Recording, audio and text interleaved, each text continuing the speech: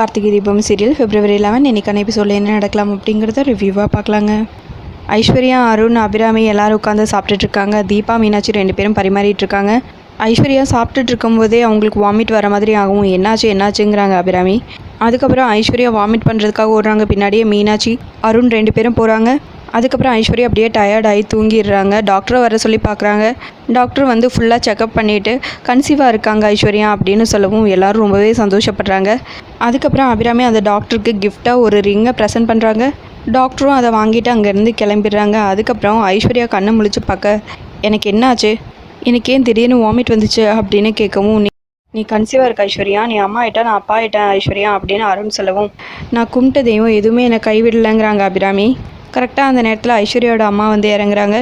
எல்லார்கிட்டையும் நலம் விசாரிக்கிறாங்க. அதுக்கப்புறம் ஐஸ்வர்யா, ஏமா நீ டல்லாக இருக்க அப்படின்னு கேட்கவும், அதெல்லாம் ஒன்றும் இல்லைம்மா, நான் நல்லா தான் இருக்கேங்கிறாங்க ஐஸ்வர்யா. அவள் சும்மா சொல்கிறா, நான் சொல்கிற சம்மந்தி அப்படின்னு சொல்லிட்டு அபிராமி நடந்த எல்லா விஷயத்தையும் சொல்கிறாங்க. அதை கேட்டதுமே ஐஸ்வர்யாவோட அம்மா ரொம்பவே சந்தோஷப்படுறாங்க. சரிம்மா, நான் போய் ஐஸ்வர்யாவுக்கு கொடுக்கறதுக்கு ஃப்ரூட்ஸ் எல்லாம் வாங்கிட்டு வந்துடுறேன் அப்படின்னு சொல்லிட்டு அருண் அங்கேருந்து கிளம்பிடுறாங்க. சரி சம்மந்தி, நீங்கள் ஐஸ்வர்யாவை ரூமுக்கு கூட்டிகிட்டு போங்க அப்படின்னு அபிராமி சொல்லவும், சரின்னு ஐஸ்வர்யா அவங்க அம்மா 2 பேரும் சேர்ந்து ரூமுக்கு போகிறாங்க. வந்தவங்களுக்கு ஏதாவது சாப்பிட ரெடி பண்ணு மீனாட்சி அப்படின்னு சொல்லிட்டு மீனாட்சி, தீபா 2 பேர்த்தையும் அனுப்பிச்சி வச்சிடுறாங்க அபிராமி. ஐஸ்வர்யாவும் அவங்க அம்மாவும் ரூமுக்கு போனதுமே நல்லா லாக் பண்ணிவிட்டு, ஏம்மா எதுக்காக என்னை இப்படி கன்சீவாக இருக்கிற மாதிரி நடிக்க சொன்னீங்க அப்படின்னு ஐஸ்வர்யா கேட்கவும், எல்லாம் காரணமாக தாங்கிறாங்க அவங்க அம்மா.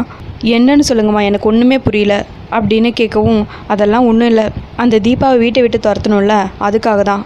இப்போ நீ 5 வருஷம் கழித்து இப்போ கன்சீவ் ஆகிருக்க, உன் வயிற்றில் கரு உண்டாயிருக்கு. அது தீபாவால் கலைஞ்சி போச்சுன்னா தீபாவை தன்னால் உன் மாமியார் வெளியே அனுப்பிச்சிருவாங்க. உன் மாமியாரோட கோவம் வானத்துக்கும் பூமிக்கும் இருக்கும்.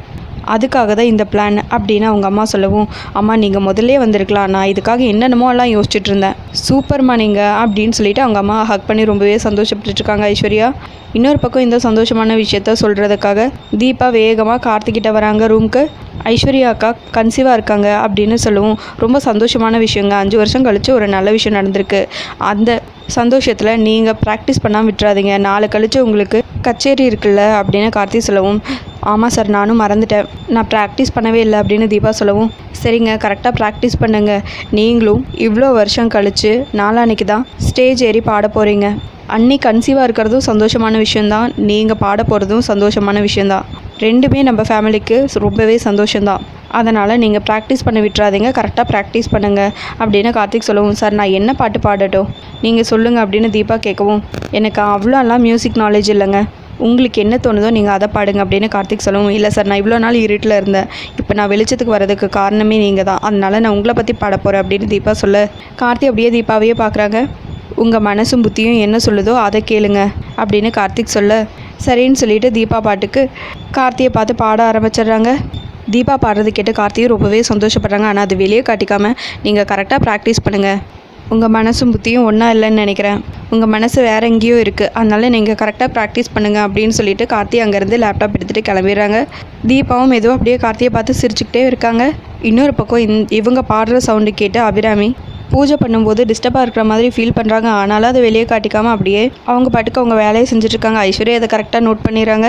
இவன்னு வீட்லேயே எப்படி பாடிட்டுருக்காளே, இவளை விட்டால் பெரிய சிங்கர் ஆயிடுவா போல இருக்குது, இதை எப்படியாவது தடுத்து நிறுத்தணும் அப்படின்னு யோசிச்சுட்டு அபிராமியை பார்க்குறாங்க.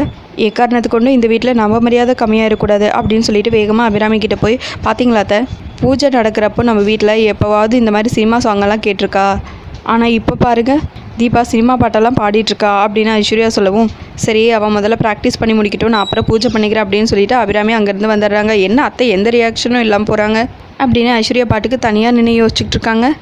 அதுக்கப்புறம் ஐஸ்வர்யா, ரூபஸ்ரீ, அவங்க பாட்டி, மாயா எல்லாருமா ஒரே இடத்துல சேர்ந்து மீட் பண்ணி தீபாவை பாட விடாமல் எப்படி தடுக்கலாம் அப்படின்னு பிளான் பண்ணிகிட்ருக்காங்க.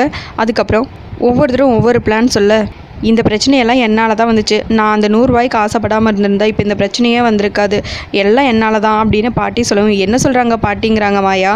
அது ஒன்றும் இல்லைம்மா, கார்த்திக் கூட ஒரு பையன் சுற்றுவானே, அவன் தான் 100 ரூபா நோட்டை கீழே போட்டு எனக்கு ஆசையை காட்டி என்னை கடத்திட்டான், அது மூலியமாக தான் தீபா தான் பல்லவிங்கிற விஷயம் எல்லாருக்கும் தெரிய வந்தது, நான் மட்டும் அன்றைக்கி அந்த 100 ரூபாய்க்கு ஆசைப்படாமல் இருந்திருந்தால் இந்த பிரச்சனையே வந்திருக்காது அப்படின்னு பாட்டி சொல்லவும், உன்னை பேசாமல் அன்றைக்கி அந்த நெருப்புலையே ஏறிட்டுன்னு விட்டுருக்கணும், எல்லாம் ஏன் தப்பு தான் அப்படின்னு ரூபஸ்ரீ ஒரு பக்கம் சொல்லிட்டு இருக்காங்க.